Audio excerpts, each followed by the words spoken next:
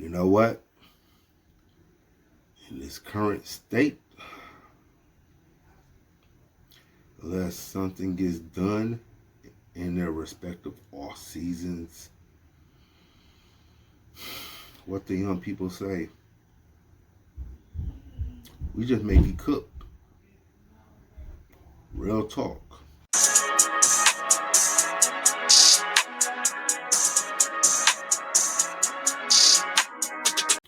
What up, though? This your boy Motor Socially Conscious One. I'm back at you again with another video.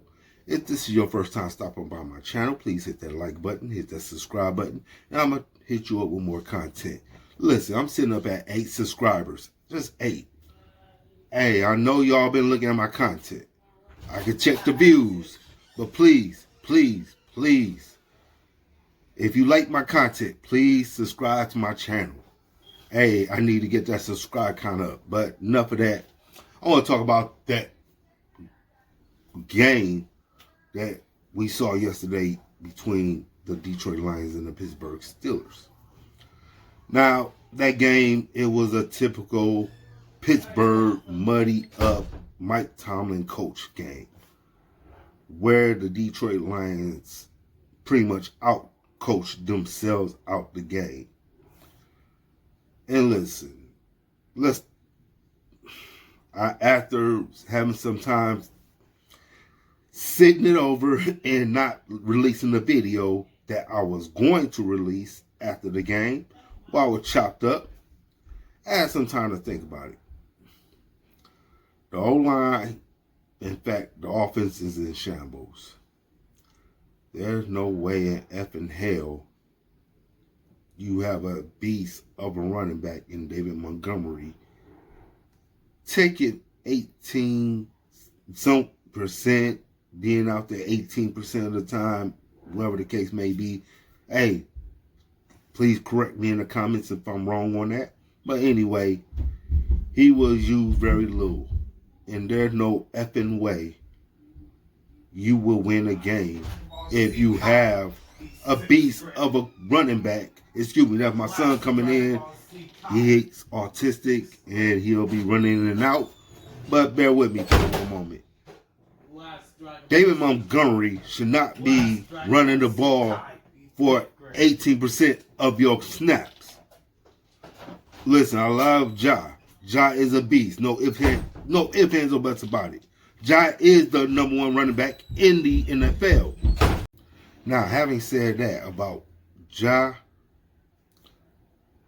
the Lions' offensive line is just too effing banged up. I mean, it should have been addressed. It should have been addressed during the off season. No ifs, ands, or buts about it. I'm going to circle back on that. Defense. Yes, Shep is calling some BS plays. And he may have some BS schemes. I'm not going to argue some of you on that point because y'all feel how y'all feel. I'm at the age, given the beard, I'm at the age to where I understand that now when it comes to being a fanatic. However, when you're down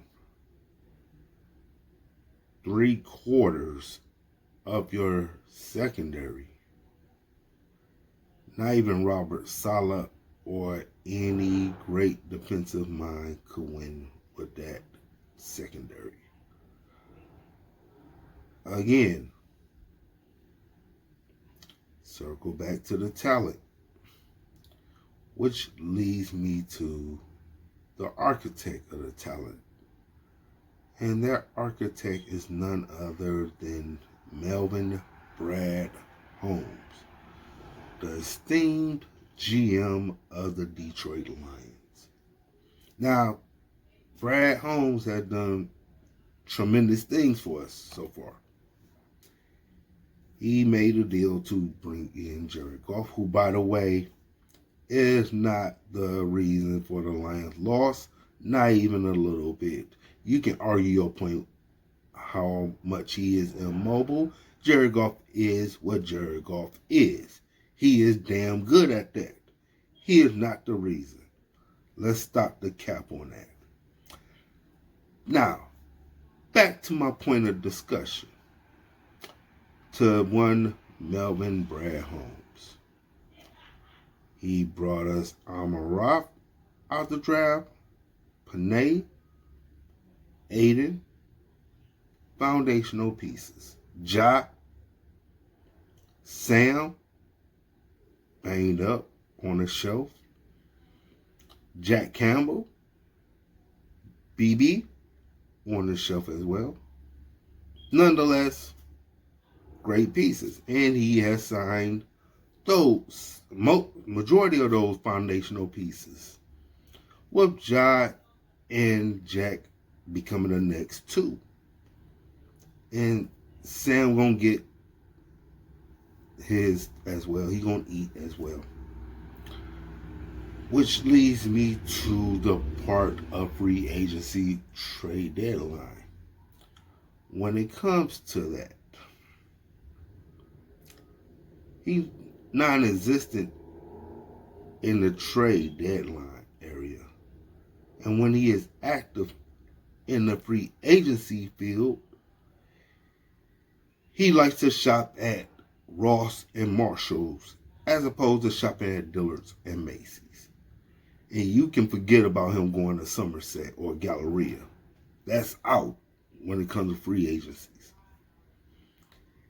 And now we are paying the price for that as opposed to roster makeup. You see the Eagles with Howie Roseman. Yeah.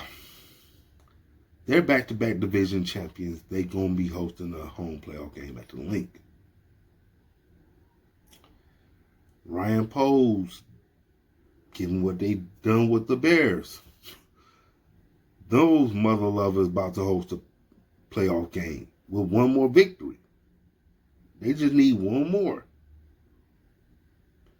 And they can get that one victory in this Sunday. Let's not cap about it. They're hot right now. They can get that one victory. If not against the Niners, this upcoming Sunday, oh, they would love to beat us in their home. They're going to be hyped for that victory. They're going to be hyped for that win. Trust me. Because, yeah, we'll fight. We'll show pride, but I'll cross that bridge when we get there. But my point is, they brought in the necessary pieces to be in a position where they're at right now. And who else? Denver.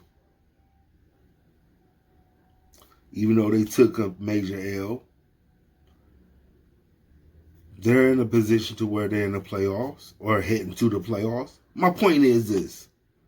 You can't keep shopping for bargain shit if you're trying to get to that next destination.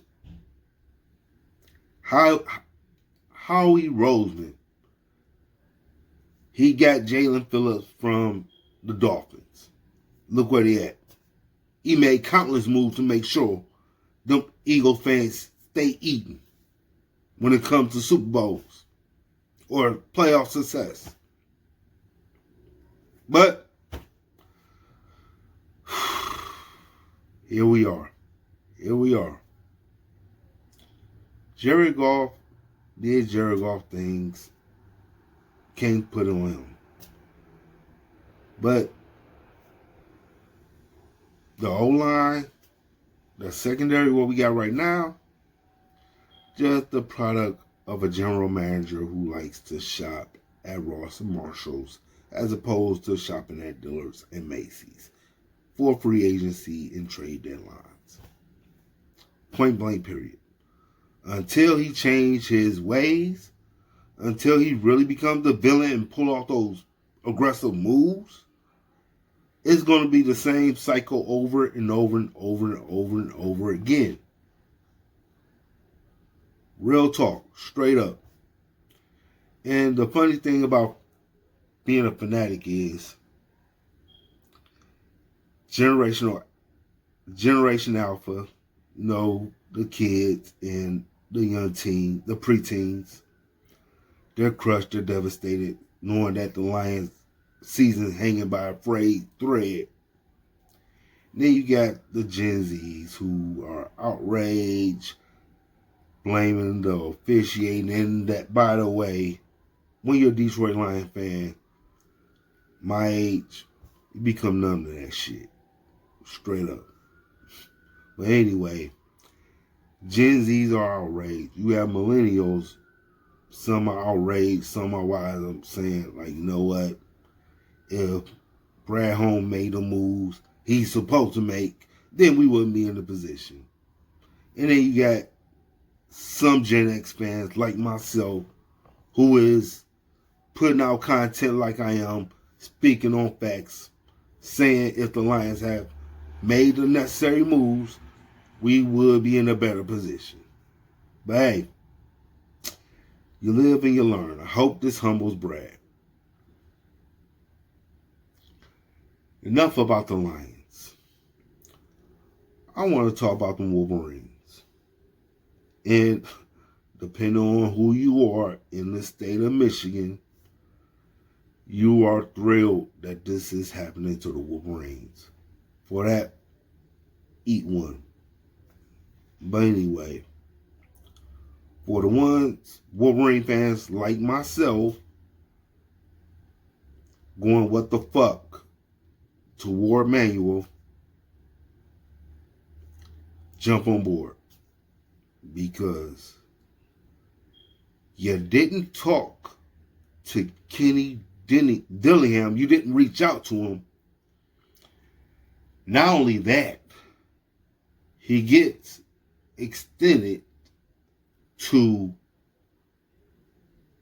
his new contract. I don't know the details. Point being, he's re-signed with Arizona State. And you never offer him. Got me asking you, what the fuck are you doing, Ward? My man, who is going to coach the Wolverines for 2026? You had interviews with Biff.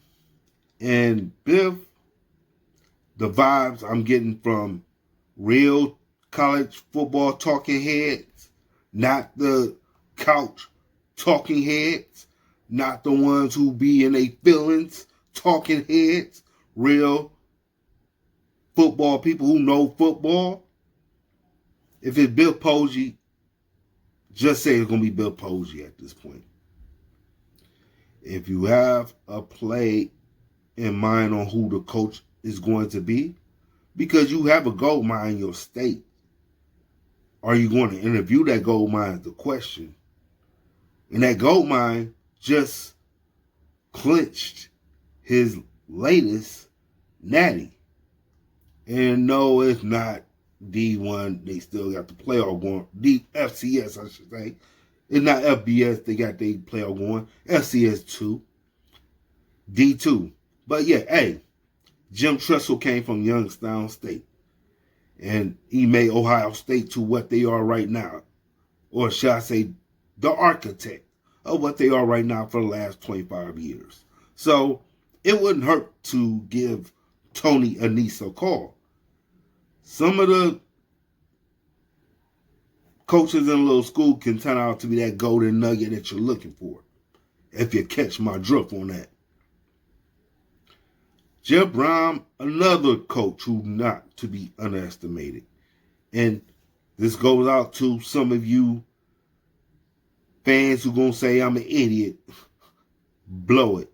But anyway, Jeff Brown not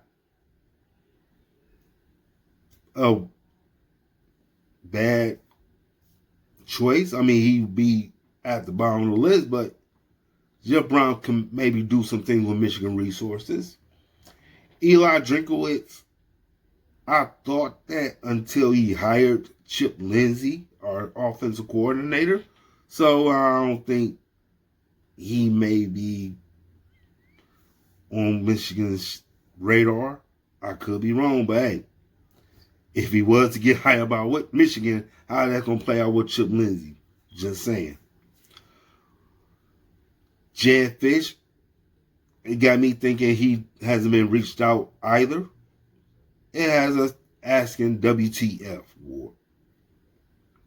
You need to make a hire because we need to know who's going to be coaching up Bryce next year. Who's going to be coaching up the offense. We can't afford to lose Tony Alford. Come on. Make a fucking move right fucking now. Not right now, but make a move soon on this shit. Because, come on, man. I mean, this back and forth, all the top coaches are gone. Coach from James Madison off to UCLA. Coach for Tulane off to Florida. Who else? Cignetti got extended at Indiana.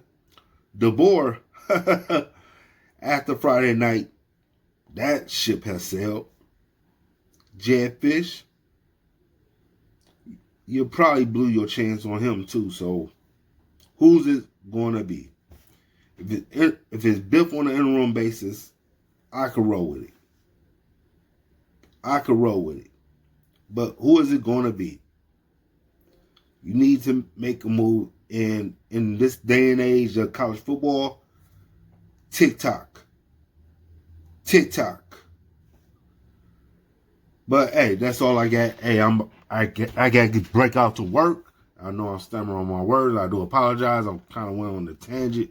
Hey, that's my little vent session right now. Hey, let me know in the comment section. Hey, if you like this video, hit that like button. Please share this video. And please subscribe to the channel. And I'm going to hit y'all up with more content. I'm gone. Peace.